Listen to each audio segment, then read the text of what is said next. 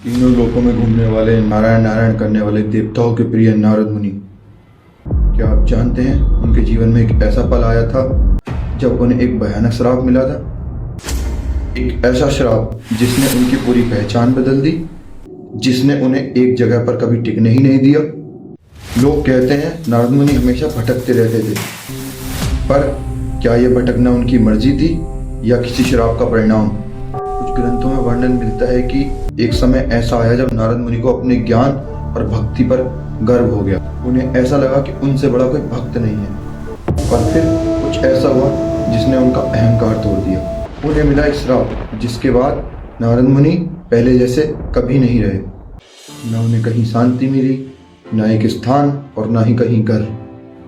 उनकी यात्रा ही उनकी पहचान बन गई।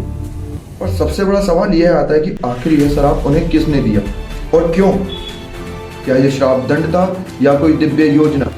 क्योंकि वो कहते हैं ना, प्रभु के हर श्राप के पीछे कभी कभी एक वरदान छिपा होता है। आज हम जानेंगे नारद मुनि के उस श्राप का सच, जिसे लोग सिर्फ एक कहानी समझकर भूल चुके हैं, और सच उससे कहीं ज्यादा गहरा है। तो आखिर क्या था नारद मुनि का वह श्राप, जिसके बाद उनकी यात्रा कभी समाप्ति ही नहीं हुई? यह जानने के लिए वीडियो में एंड तक बने रहिए। तो चलिए वीडियो शुरू करते हैं।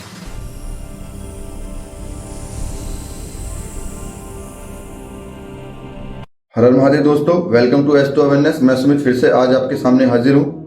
कहते शिव महापुराण के अनुसार जब ब्रह्मा जी सृष्टि का निर्माण कर रहे थे तो उन्होंने अपने एक पुत्र दक्ष प्रजापति को बुलाया और उन्हें बुलाकर उनसे प्रजा की सृष्टि के निर्माण का आदेश दिया। तब दक्ष प्रजापति अपने पिता ब्रह्मा जी की आज्ञा मानकर अपने 10,000 पुत्रों को बुलाते हैं, जिनका नाम था हर्यश्वगण।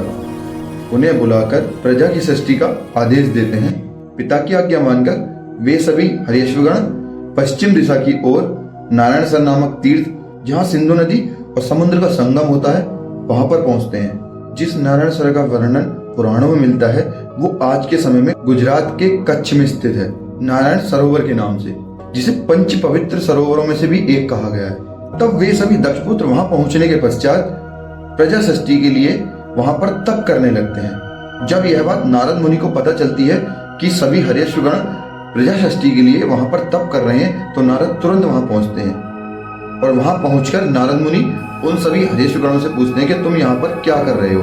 तब वे सभी हर्यश्वगण नारद मुनि को प्रणाम कर कहते हैं कि हम अपनी पिता की आज्ञा का पालन कर रहे हैं, उन्होंने हमें प्रजा की सृष्टि के लिए भेजा है। तब नारद मुनि उनसे कहते हैं कि तुम लोग पृथ्वी का अंत देखे बिना प्रजा सृष्टि के लिए तैयार कैसे हो गए? नारद मुनि की यह बात सुनकर सभी दक्षपुत्र विचार में पड़ जाते हैं। तब वे सभी नारद मुनि से कहते हैं कि हे ब्राह्मण, आप ही हमारा मार्गदर्शक कीजिए। तब नारद मुनि उन्हें अपने ज्ञान उपदेश से उन्हें संन्यास मार्ग दिखा देते हैं। उसके पश्चात वे जीवन भर के लिए उस मार्ग पर चले जाते हैं और कभी वापस नहीं आते हैं। अब जब दक्ष प्रजापति को इस बात का पता लगता है कि नारद मुनि ने उनके 10,000 पुत्रों को संन्यास मार्ग में छोड़ दिया है, तब वह आग बबूला हो जाते हैं और नारद मुनि को अपने महल में बुलाते हैं। और फिर जब नारद मुनि उनके महल में पहुंचते हैं तो उन्हें देखकर दक्ष प्रजापति क्रोध से भर जाते हैं और क्रोध में आकर उनकी निंदा करते हैं और निंदा करते हुए उनसे कहते हैं कि हे नारद मुनि, मैं तुम्हें श्राप देता हूँ कि तुमने मेरे पुत्रों को संन्यास मार्ग दिखाया है। जिस प्रकार मेरे पुत्रगण कभी भी किसी जगह ठहर नहीं सकते हैं, हमेशा उन्हें विचरते रहना पड़ेगा, उसी प्रकार तुम भी तीनों लोकों में विचरते रहोगे।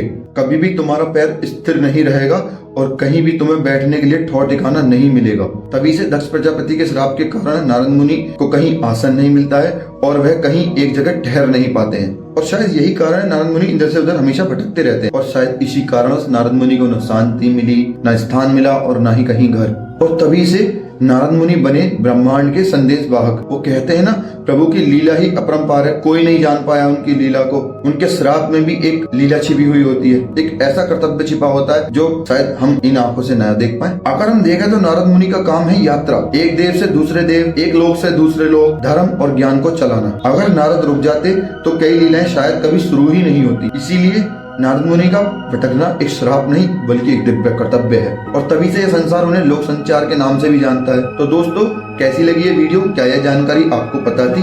अगर हाँ तो कमेंट में ओम लिखिए, अगर ना तो कमेंट में ओम नमः शिवाय लिखिए। और वीडियो को लाइक, शेयर और चैनल को सब्सक्राइब करना बिल्कुल भी ना भूलें। और ऐसे ही रोमांचक और अनसुनी कहानियों से जुड़े रहने के लिए हमारे चैनल को सब्सक्राइब करें और इन रोचक तथ्यों से अपने मिलने वाले को जागरूक करने के लिए वीडियो को शेयर करना ना भूलें। तो दोस्तों, हर हर महादेव, मिलते हैं नई वीडियो में।